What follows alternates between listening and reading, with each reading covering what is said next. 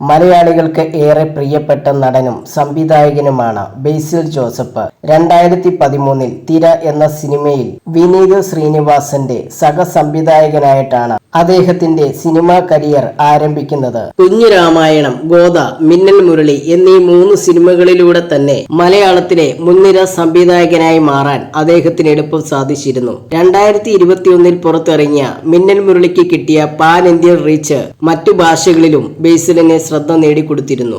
ഇപ്പോൾ അനന്തഭദ്രം സിനിമയിലെ ദിഗംബരനെ കുറിച്ച് പറയുകയാണ് ബേസിൽ ജോസഫ്. സൈന സൗത്ത് പ്ലസിന് നൽകിയ അഭിമുഖത്തിൽ സംസാരിക്കുകയായിരുന്നു അദ്ദേഹം. ചില സിനിമകളിൽ വില്ലനെ കാണുമ്പോൾ വലിയ പേടി തോന്നും. എനിക്ക് ചെറുപ്പത്തിൽ അനന്തഭദ്രം എന്ന സിനിമ കാണുമ്പോൾ മനോജ് കേട്ടന്റെ ദിഗംബരനെ കാണുമ്പോൾ പേടിയാവും. അയാൾ സ്ക്രീനിൽ വരുമ്പോൾ തന്നെ പേടിയാണ്, ബേസിൽ ജോസഫ് പറഞ്ഞു. സന്തോഷ് ശിവൻ സംവിധാനം ചെയ്ത് 2005 പുറത്തിറങ്ങിയ ചിത്രമാണ് അനന്തഭദ്രം. സുനിൽ പരമേശ്വരന്റെ അതേ പേരിലുള്ള നോവലിനെ അടിസ്ഥാനമാക്കിയായിരുന്നു ഈ സിനിമ എത്തിയത്. പൃഥ്വിരാജ് സുകുമാരനും കാവ്യ മാധവനും ഒന്നിച്ച അനന്തഭദ്രത്തിലെ മനോജ് കെന്റെ ദിഗംബരൻ എന്ന കഥാപാത്രം ഇന്നും ഏറെ ചർച്ച ചെയ്യപ്പെടുന്നതാണ്.